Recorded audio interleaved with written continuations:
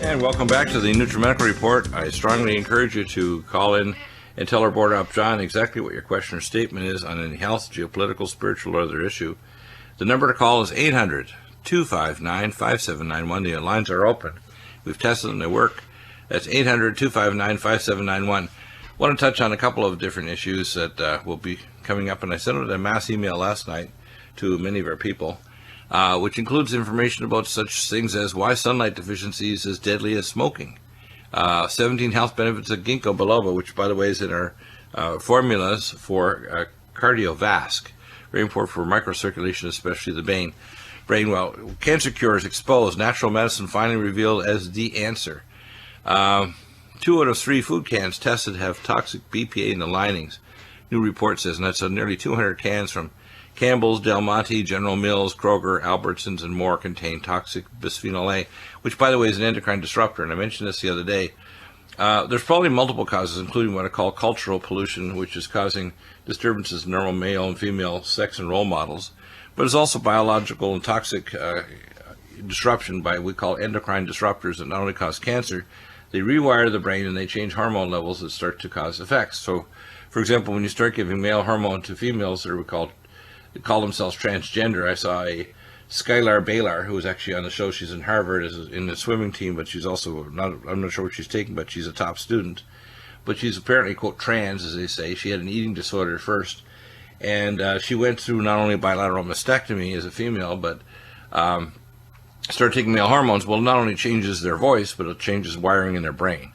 And if during pregnancy you're exposed to things like diethylstilbestrol or xenoestrogens, which is why we have constantly detoxing males, don't drink fluoridated water. It's a xenoestrogen. It attaches to proteins to form halide disruptors, endocrine disruptors that are actually called xenoestrogens, and they lock onto the estrogen receptor 200 to 300 times more avidly than estrogen or estrogen-like molecules.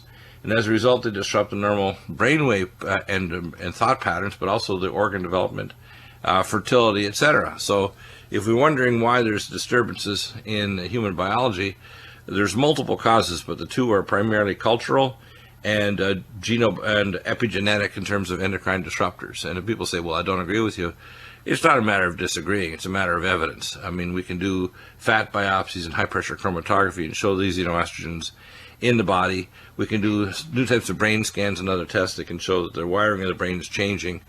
So when people say that's, you don't have a proof for it, yes, I do actually.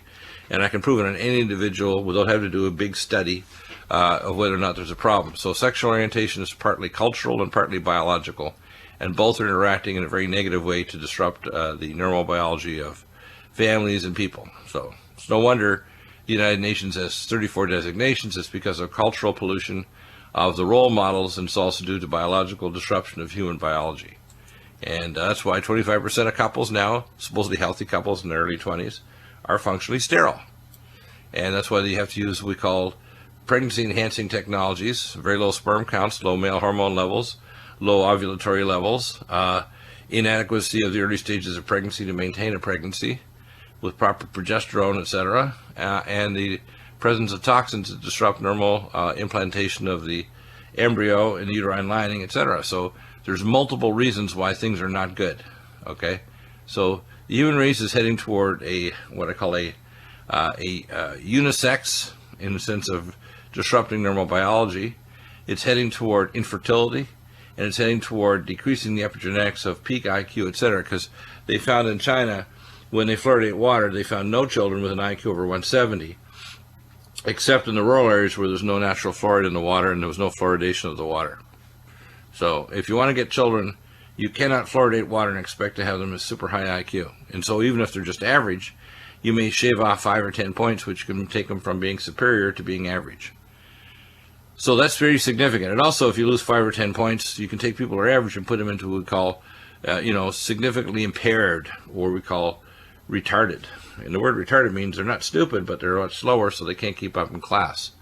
That's a big problem. And our current education system is basically, we design the classes to go at a certain pace, and if you don't keep up, you basically get more and more pushed aside, even though if you pace the class properly, you can train anybody. The problem is they're not designed to go for the slowest students. And if you do that, you're going to take the ones that are very bright, which need to be in separate classes for bright kids, and you're going to bore them to death, and they're going to actually disrupt the class or not learn. So, the fact that the way we have our education system up is just stupid, just like our healthcare system is stupid. And if people want to defend any of these systems, including our legal, I will do a dissection for you anatomically and logically to show you why everything, including our public religions, are all in a state of degradation and disaster. And it's by choice. We made, stupid small choices to become big bad choices, and that's why things are going that way. So I announced today that I'm going to add another event called a Karatbar's University event. That'll be on the live stream TV channel, so you find lots of information there. You'll see a lot of videos from Dan Geromo and others, and of course a link to this seminar and so on April 9th in Los Angeles, so we can help you with that as well. Our live stream event right now covers a number of different topics. We have, of course, the Nutrimedical.com protocols, nutraceuticals. We're upgrading everything that'll have a video link to it and the protocols. We're also going to include medical and other references, so it's going to be training material. We have a geopolitical analysis of world events event. We have an astrophysics, Earth changes, neurospace objects, space weather, etc. event. And we have a biosecurity public health event, which includes things like Zika virus, etc. And we have clayandIron.com Christian World News event and End Time Prophecy event, and we'll be adding an event for Karatbar. So as we get recommendations from you out there, if you want us to add another teaching event, these are all totally free and totally available anywhere in the world on any platform, and there's no charge at all for them. So that's all available right now. Want to touch on some of the other interesting news that's happening. Top stories. Let's see. Let's have a look here. Syria pushes offensive on the eve of elections, talks in Geneva. So Syrian government troops pushed an offensive Tuesday against militants in the country's north on the eve of the parliamentary elections. Vote is expected to rubber stamp an assembly loyal to President Bashar al-Assad. So, come on. You're not going to do regime change. That's not going to happen. If people wanted him out, they would have him out. Or he would have been assassinated. So, that's just the facts.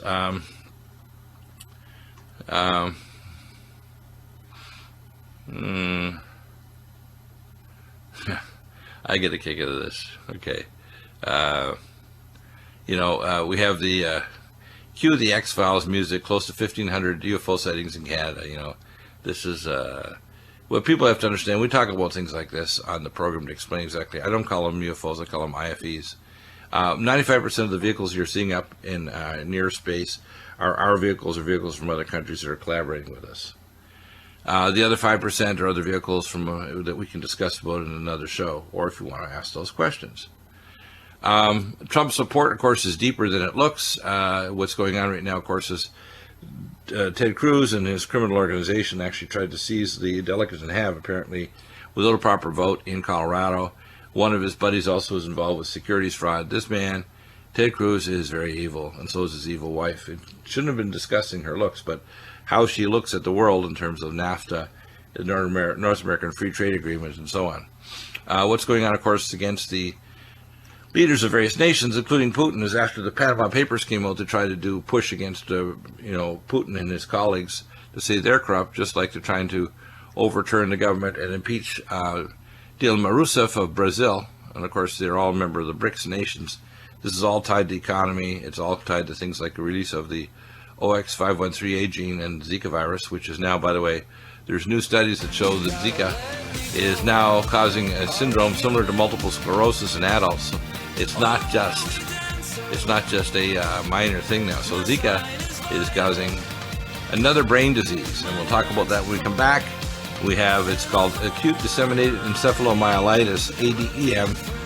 When we come back, and we'll talk about how you can protect yourself from it and these other globalist bioweapons to reduce fertility and cause serious illness.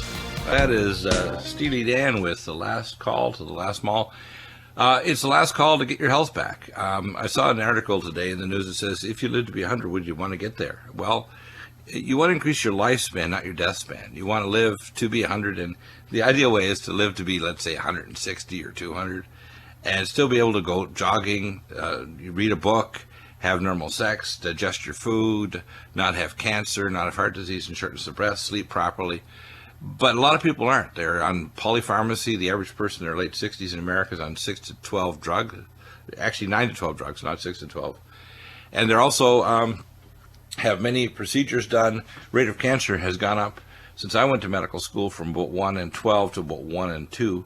And in some cancers, it's even higher than that. In prostate cancer, by the 7th decade, it's more than that. Breast cancer is going through the ceiling. The number of endocrine disruptor causing sexual disorientation problems and abnormal development is insane. And now we have the spread of many different organisms like Lyme disease. In fact, when I hear people that are getting conventional treatment for Lyme, I cringe because the doctors really don't know what they're doing. They don't test for a thing called an eye-spot Lyme test to determine if IFN gamma is present. They don't measure not only Lyme, but Lyme-like parasites, babesiosis or ehrlichiosis, because you can have other parasites. Besides spirochete-type parasites, you can have other viruses. People that are sick with these illnesses like cytomegalovirus, etc., often are a magnet for other illnesses. So if you don't test, you don't know. Zika virus is a good example. In fact, the latest on Zika is really scary. The Zika virus is now linked to another brain disease. It is called the ADEM, or acute disseminated encephalomyelitis. Now, I want to go over this because I think people should start to grasp just how terrible this is, and they need to understand what this means. Infected with Zika may develop a rare neurological disorder that is similar to multiple sclerosis, a new study from Brazil suggests. 2 cases of people who were infected with Zika and who later developed a condition called acute disseminated encephalomyelitis. The people in this condition, the body's own immune system causes swelling of the brain and spinal cord and damages the protective coating of the nerve fibers called myelin. We now know that, for example, spirochetes, which is Lyme or Lyme-like parasites, are the primary cause, triggering anti-oligodendrocyte antibodies. And there's a immune homology between the protein amino acid segment on the myelin sheath of the glycans and the oligodendrocyte, called the gangliosides on the outside of the myelin sheath, and the parasite. And because that amino acid sequence is virtually identical, what happens is that it creates immune confusion and the body attacks it. And you get activated T lymphocytes that migrate through the ventricles and hit the descending, say, corticospinal tract or proprioceptive myelinated spinal tracts. As you lose your myelin sheath and you lose the saltatory nerve conduction, you lose your motor power and you can't perceive. So you sit down, you can't feel where you're sitting. You put your feet on the floor and you can't tell what direction your feet are, whether your toes are up or down. So you can't sense, in other words, which way are you moving your feet to know proprioception if you're going to fall. So people walk with a wide base gait and they're in big trouble. Well, Zika causes a syndrome like this, like MS. That's just another one of the horrors of what's going on here. And I tell people, this problem is going to get a lot worse before it gets catastrophic. But by the way, remember now, the university develops a biowarfare against mosquitoes. They're also, Breitbart, Texas, reported extensively on new Zika virus in Texas and across the U.S. Pediatric infectious disease doctor reports in February that mosquitoes could possibly catch from humans who became infected. In other words, it's like I said before, the mosquitoes in the local population can be infected by people. And those mosquitoes can also be not the regular Aedes aegypti mosquito, which is in Brazil, but they can be the albopictus mosquito, which is in the United States. And people need to know this is a very big problem. There's 30 American cities most at risk of Zika virus, and it includes even Oklahoma City. So what people should start to realize is Zika has exploded, and it's only 15 base pair changes. So my thesis, which I've had posted out there, the articles, which I'm going to have post and updated again in the next few weeks, an update of the Zika virus research, and I'm working on a Zika virus book. But the primary problem is the OX513A gene, which is a double-stranded DNA that modifies these mosquitoes to make them go sterile if there's not the presence of minimal amounts of tetracycline in the environment. The problem is that that's only, they underestimated, so they know that up to 15% of the population survives, and by the second generation it's back to normal. But now the genes are inserted in the population, and they make the insects and the animals and people they bite go under oxidative stress, which increases the rate of mutation of any RNA viruses in their bodies, including not only Zika, but West Nile virus and chikungunya, etc. All these filoviruses, including Ebola, if there ever gets exposure to Ebola, which means it'll increasingly weaponize many other pathogens. So this is a weaponizing platform that now is a genetic plague that's spreading out among the population of animals, people, humans, and plants, because any double-stranded organism can receive these genes. So that's the latest of what's going on in Zika. It gets scarier and scarier. They even pulled money out of the Ebola projects to go to Zika. The current process that they're using for it, and I'm writing in my article exactly what they need to do. Number one, their public health policy for interdicting people at borders needs to do PCR, and they also need to test for a FISH test for the presence of the OXY513A gene in people's buccal mucosa, urine, or blood. And if they don't test for the actual presence not only of the virus, and we're not talking about virus antibodies, but the actual PCR of the virus RNA, they're going to miss people that are actually carriers of the illness that could be transmitted sexually, but they're also going to miss other issues. So it's important to understand that. In terms of the latest research I've been doing on diabetes, one of our products we've had a new use for that's extremely important. Our diabetic protocol now has adding berberstatin, and the reason berberstatin has now been very extensively proven to have a tremendous effect. Let's see. It has a tremendous effect in terms of, what do we have here? Yeah. It has a tremendous effect in blocking glucagon. Now, when you go to sleep at night and during the day, if your liver responding to glucagon put up by your pancreas, it's another pancreatic hormone besides insulin, you have to reduce things that stimulate insulin like sugar.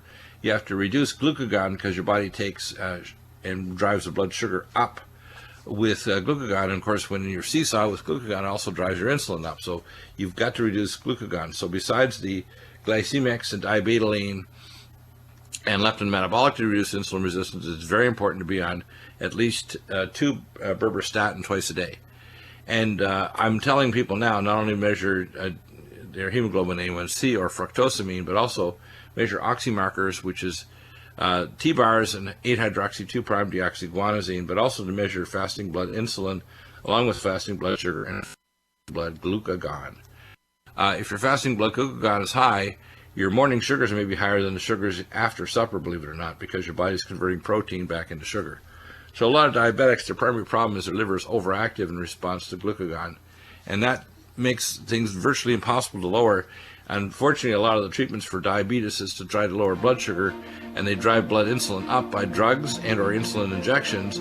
It also drives up glucagon to keep the blood sugar from crashing after it shoots up like a rocket with the insulin resistance. So you've got to lower glucagon also. Berberstatin is the way. We'll be back in a moment. Your questions, 800-259-5791. Any topic, health, geopolitical, Zika virus, whatever, 800-259-5791. And we have one of our ladies, Desiree. She actually has her own show, and she's listening to the program at times, and I'll be on her program, which is Consciousness Consumer Network.tv. And she has an important question regarding a product, a toxin called GHB. The process of detoxification, of course, half of the Netherlands is taking drugs these days. GHB is dirt cheap, therefore apparently it is a drug of choice. Horrible. Everybody is talking about taking his soma. Hello, Desiree. Let's talk about GHB. What do you know about it, and why is it such a big problem with drug use, you think, in the Netherlands? Well, apparently a lot of young people are taking it in the weekends, and then there are some young people who get addicted to the stuff. Right, and gamma-hydroxybutyric acid. And what do you know about gamma-hydroxybutyric acid, known as GHB? Well, if you take too much, you fall asleep and you have amnesia. Right, you get narcolepsy, and it's used they use a drug used to treat narcolepsy. It's glycated hemoglobin formation and so on. What else do you know? If you take it, what does it do when a person takes it, let's say at a bar or a social gathering? What happens? Well, in that case, it's been done to young women. It's been put in their drinks, and then it's called a date rape drug, isn't it? Yes, exactly. So right. They get raped, and they have no memory, no recall of whatever happened. Right. And so, if you're addicted to the stuff, and then you tend to forget that you just took a dose, and then you take another dose, and then you take too much, and then your heart can stop. And it's a lot of times that is happening. Right, right. Now, when somebody's trying to detox from it, what do they do to detox? What's the process you've gone through? Or yeah, well, I have just done that with somebody, because the clinics to detox are having a 6 weeks waiting list. It's ridiculous. right, But anyway, what I did is we first established the dosage that he was on, and then every 3 hours I had to give him that dosage, 6.5 milliliters, sorry, and then I stretched it to every 3.5 hours, and then to every 4 hours. And when we were on the 4-hour schedule, then I started to take off 0.5 milliliter per day. So in other words, you're tapering the dosage down in order to do it. Very slowly, because if you can't stop cold turkey, because then your heart might stop as well. Right. And why do you think why do you think the heart stops? What do you think is going on? I haven't been able yet for time to find out what exactly is happening, but I'll explain what it is. It's a GABA agonist. GABA is gamma-aminobutyric acid, and what happens is the GABA agonist, this particular one, is very powerful. At low dosages, it's kind of like a stimulant. At higher dosages, it's a depressant. So it puts people in an altered state where they lose their inhibitions. So it's a disinhibition drug. What you want to do is you want to not only be tapering like you're doing, but you want to start using what's called Calm Mind and Brain Mag. What happens is when you start taking away a what's called a postsynaptic inhibitor, you start getting seizure activity, both motor and non-motor seizures in the limbic system and so on. So you can get bizarre behavior, you can get twitching or seizure activity, you can get all kinds of things. You can get cardiac arrhythmias because the sympathetic nervous system, now no longer depressed, surges. You can get tachycardia and cardiac arrhythmias and sudden cardiac arrest. So, yeah, well, so that's the reason why. Yeah, I've seen both in that person. When he took too little, he got very agitated, and he walked as if he was drunk. He couldn't keep his balance. Right. That's because of the sympathetic nervous system. And the thing to counteract it is our brain mag, which is magnesium L-threonate and magnesium glycinate malate in a combination. Then the other is Calm Mind, which is myoinositol. It's a B vitamin. It's a postsynaptic analog to GABA, and xanthine and L-theanine, as well as a little bit of GABA. So what you're doing there is you're trying to see if you can calm the nervous system down. A lot of people who have hypertension don't just have hypertension because of decreased nitric oxide. They have what's called sympathetic overdrive. And that's part of what's called a dysfunctioning compensatory system for decreased perfusion. Your nervous system suspects there's decreased perfusion, and this is one of the compensating mechanisms that gets out of control when someone's on a depressant drug like GHB, and then all of a sudden they stop it, and all of a sudden their nervous system goes crazy because they're overactive in their sympathetic nervous system. It's similar, by the way, the other name for GHB, nickname, and MDMA, which is ecstasy, have entirely separate chemical and pharmacological modes of action. So, it's taken to enhance the experience of being in a club or party. When people take GHB, small doses act as a stimulant or aphrodisiac. In other words, it makes people much more sexually active. One of the things that's going on right now, and I watched a program with Penn Jillette the other day, and in fact he's had his magic show with Teller in Las Vegas for about last 20 years. And the thing that's taking over Las Vegas, believe it or not, that's actually getting rid of over the gambling casinos and the big shows, like his magic show with Penn Jillette and Teller, is electronic videos, electronic music, EHD. It's called electronic high definition music with flashing lasers and strobe lights and bells and other things, putting people in an altered state. So what they do is they take drugs like GHB, go into an altered state, become sexually active. They're groping each other, high-fiving, putting the devil sign, hugging each other, moving like a, if you want to call it, almost like a, how can I say it? Moving like a mass of humanity, almost like it's like if you went to a satanic coven doing something really bad. This would be like what it is in these electronic, gardens where there's flashing lights, and people's adrenaline levels off into orbit. So they take a tiny bit of GHB and they get an altered state to become very, very sexually promiscuous. If they take higher dosages, it blots out. It acts as a not only an aphrodisiac, at higher doses it actually makes them totally forget. And I remember seeing airline stewardesses who would be taking drugs for insomnia as they travel. And remember now, most of these sleep medications are actually GABA agonists, and they're long acting. And I had stewardesses, one who actually came off like I think 3 or 4 day tour where she was all over the world, and she came back and she didn't remember where she was. She could have, even if you paid her, she could not tell you where she was. Oh, and yeah. This is not surprising. And people are often taking more than one drug. They're drinking alcohol.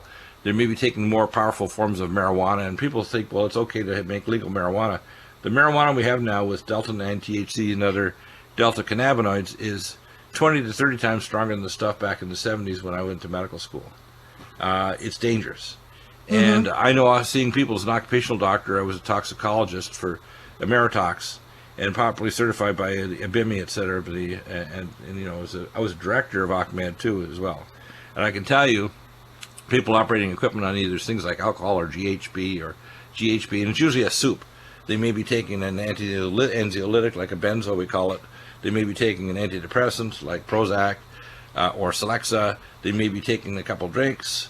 They may be tired at the same time. They've got something in their life that's agitating them. And then you throw all that soup together and you have catastrophe. It's scary stuff.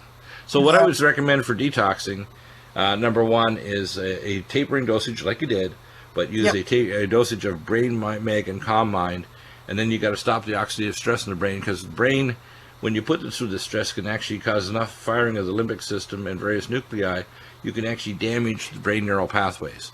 So things like Cognition Plus and Brain Power are very important. Vinpocetine to protect against oxidative stress, and cell detox glutathione. But the most important is Brain, Mag, and Calm Mind. The two, you tapering dosage of that in a drink. It's a very nice fruit flavored drink.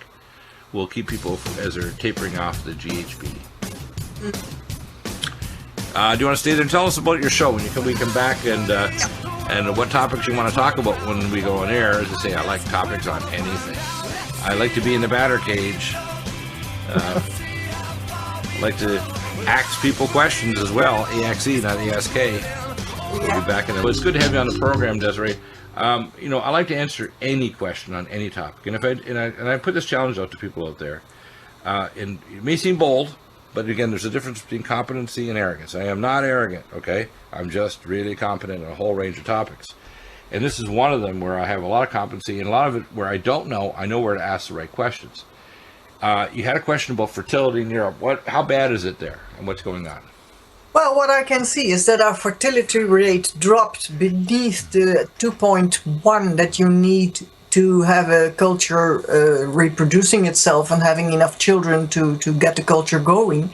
Right. We are at 1.6 in the Netherlands, and we have this tsunami of people from the Middle East.